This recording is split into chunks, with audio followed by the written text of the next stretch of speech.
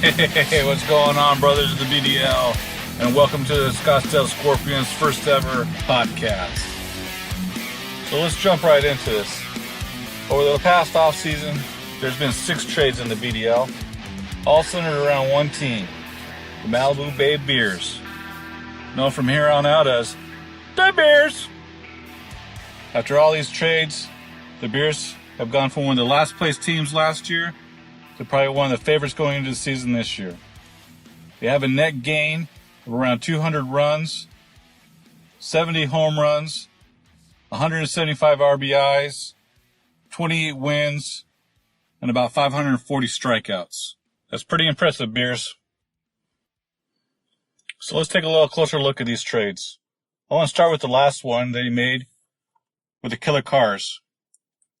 This trade involved the Killer Cars getting Gregory Polanco, and the Bears getting Adonis Medina, and the Cardinals' second round pick, which would be the last pick of the second round. Now, I look at this as probably the only trade that the Bears actually lost. And actually, I really look at it as Chris just dumping a player that he didn't really need. He didn't really have any use for another outfielder. The Cards are taking a little bit of a gamble on Polanco because he was injured most of last year. And I know he's going to be injured probably heading into the season. So he's looking for a rebound. Bears picking up Medina. Was he like a top 200 prospect maybe? And picking up a late second round pick. Again, not a whole lot of value there. So this trade really goes to the Cars. So congratulations, Cars. It looks like your butthole's intact compared to the next teams that I'll be talking about. And let's keep in mind those net gain numbers I told you earlier in the podcast. Because if this was the first trade that he made, he actually would have had a net loss of production. So with all these next trades coming up, next 5 trades coming up, is where he did all of his damage. So let's go start with the first trade that he made the offseason with the Woo. He actually made 2 trades with the Woo. So the Woo was so good the first time, we went back to that honey hole and hit it again. So let's break these things down. The first trade, the Bears get Pete Alonso and the Woo's second round pick. And the Woo get Nate Pearson, Luis Roberts, and the Bears first round pick, which would be the number 3 overall pick in the draft. Nate Pearson's is probably, a top 25-ish prospect in all of baseball. He actually made it to AAA last year, but I know he's been battling a lot of injuries throughout his minor league career. Not sure if he'll make an appearance this year in the majors. Probably at least a year away. Good numbers across the board last year. But again, kind of a risk. Luis Roberts, also kind of an injury risk. He's an outfielder for the Chicago White Sox. He's probably a top 5 prospect in all of baseball right now. I guess the Woo's looking at him to be the next Juan Soto or Ronald Acuna. Not real sure if that's going to happen. But again, probably not going to be much of a factor this year. Maybe he'll get a call up at some point. And then, of course, with his number 3 overall pick, he has choices of a few people. He actually has a first overall pick, too. I don't want to get too much into the draft stuff. But he's going to be probably drafting somebody pretty young who's going to be several years away. There's a couple outfielders out there, first baseman, a couple shortstops. We'll see what he does in the draft. But 3 prospects, probably 3, again, top 25-ish prospects for some guy named Pete Alonso. I don't know if anybody out there has heard of Pete Alonso, so I did a little bit of research on him. He's a first baseman for the New York Mets.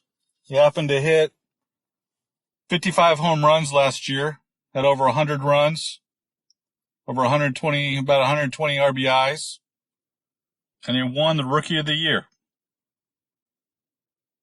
So I think the Bears made out like a bandit on this. I was hoping that if I was the Woo and I had one of the top fantasy producers last year, that I'd at least be walking away with some major league talent, plus a couple of these prospects.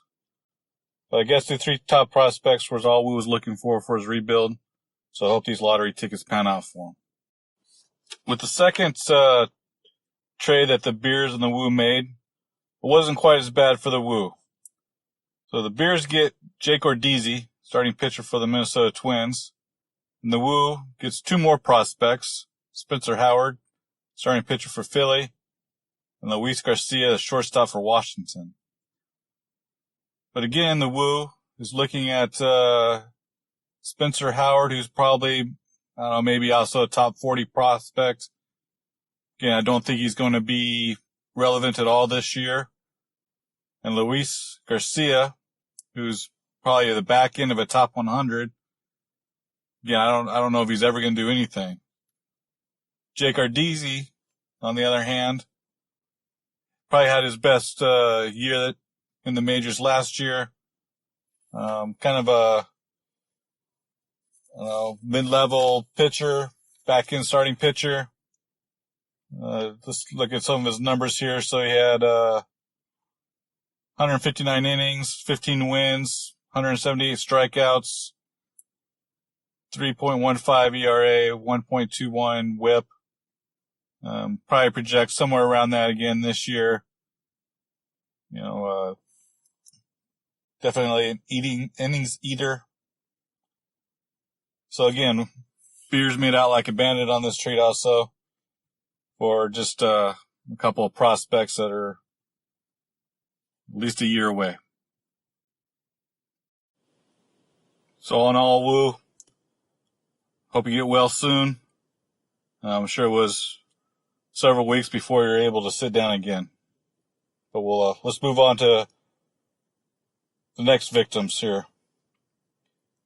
The next trade we'll talk about is the Bears and Kill Devil Hill elevation. So here the Bears got Matthew Boyd, starting pitcher of Detroit. And the elevation gets Christian Walker, first baseman of Arizona, and Albert Alzolay, I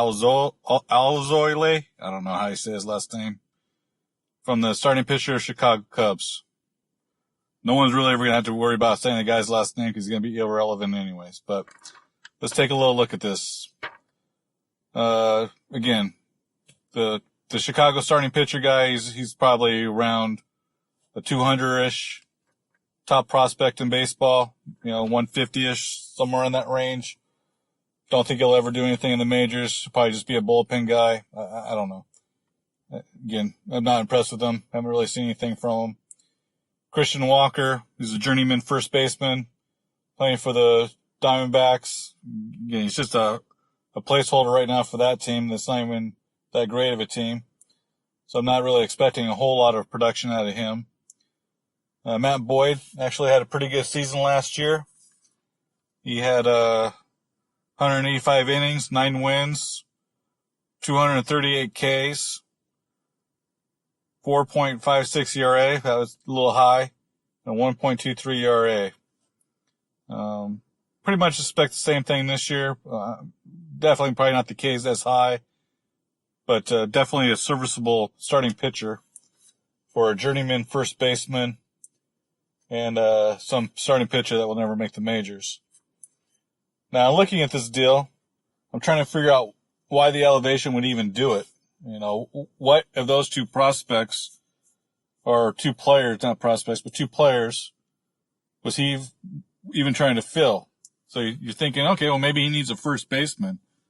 Well, you look at his roster and he has Rizzo, so he doesn't really need a first baseman. So I don't understand why you're giving up the starting pitching for those 2 guys.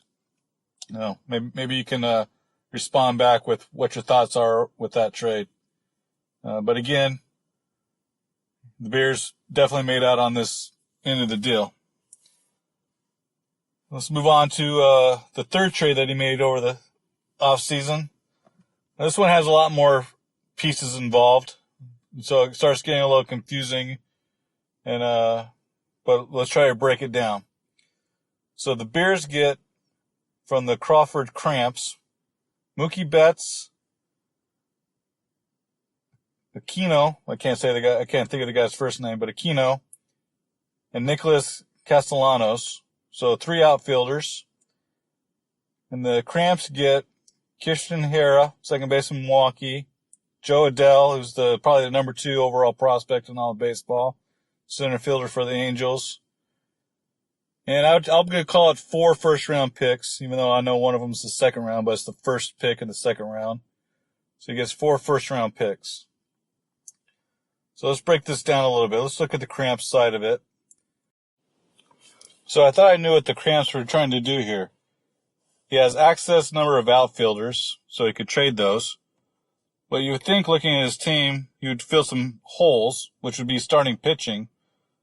But instead, he traded those 3 outfielders for, wait for it, another outfielder. So let's look at these guys. Joe Adell, number 2 prospect in all of baseball. I saw him in the Arizona Fall League this year. He looks like the real deal. Well built, passes the eye test. He's going to be a major league player. Again, I don't think he's going to be Juan Soto or Ronald Acuna, but he's going to be productive. Christian Hera is already in the major leagues, serviceable second baseman, but I don't really see anything special out of him. And with their 5 or 4 first-round picks, again, whoever you pick are going to be a ways off. So let's look at what you gave up. So the Bears gain Nicholas Castellanos, who's an outfielder for Chicago right now. And let's just look at some of his numbers here real quick. He had 27 home runs, 100 runs batted in, and 73 RBIs. Again, you can probably pretty much assume he's going to do that again, somewhere around there. Aquino kind of came up mid-season last year, set the world on fire. So his numbers were a little bit lower just because of the amount of time he was in the majors. He had 19 home runs in that time, though, 31 runs, and 47 RBIs. If you want to look at projections right now, you can pretty much double those numbers. Home runs, 30-ish. Runs, probably 80-ish. RBIs, 90-ish, somewhere around there. Should be productive.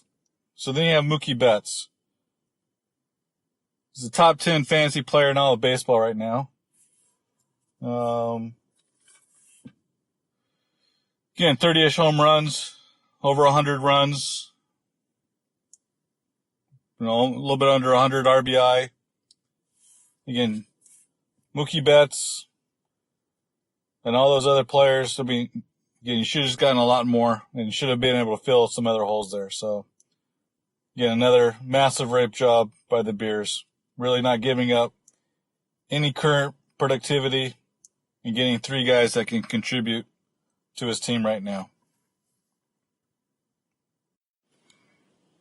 So the last trade we need to talk about was one with one of our newbies, the Grayview's Lions. So welcome, Alex, to the league. But this trade was the Bears get Zach Gallen, and the Lions get Brent Rooker, who's a outfielder first baseman for Minnesota. Zach Gallen, with the starting pitcher for the Diamondbacks, came up towards the end of last season, pitched really well. Probably going to be the number 3 pitcher for the Diamondbacks this year. Number-wise, I'm projecting, 8 wins, maybe 180 strikeouts, ERA around 3.6, whip, 1.2. But again, a very useful starting pitcher. And let's talk a little bit about Brent Rooker, since we had a little bit of a conversation with him in the forum. Alex thinks he's going to do wonders this year, and I kind of just called him a stale bag of popcorn. So let's look at roster resources here real quick. And let's look at the Minnesota Twins projected lineup. So roster resources have the Minnesota Twins projected lineup. I'm more going to concentrate on outfield, first base, and DH. We have Max Kepler in right field, Nelson Cruz DHing. I'm going to throw Mitch Garver in there as catcher, but I know he plays some first base. Eddie Rosario's in the left field. Miguel Sano is third base, first baseman. And they got Marwin Gonzalez right now as first baseman. And center field is Byron Buxton. So I know Alex got lucky earlier in December when they released C.J. Cron. They didn't tender him, who was also going to be a potential first baseman for them. So again, my question really is, where are you going to put him in that lineup? But not only that, but let's look at some of their top prospects, because Brent Rooker's maybe their 8 overall prospect. But currently they also have in the minor leagues Royce Lewis, who again I saw in the Arizona Fall League looked really good. They had him playing third base and also the outfield. You got Alex Kirilloff, who's projected to be a first baseman outfielder. Trevor Larnach, outfielder. Again, with those 3 guys, one of them's going to be playing first base. Somebody's going to be DHing. I just don't see where Brent Rooker is going to fit into this lineup. So somebody out there, please tell me where I'm wrong, and maybe give me what you guys think your projections are for him. So that's pretty much all I had for this quick little podcast. I hope you guys enjoyed it. Give me some feedback. I'm hoping to maybe do another one probably after the draft to do a little recap on how everybody did and who had a strong draft and a weak draft, and see how teams improved. But until then, thank you guys for listening, and peace out.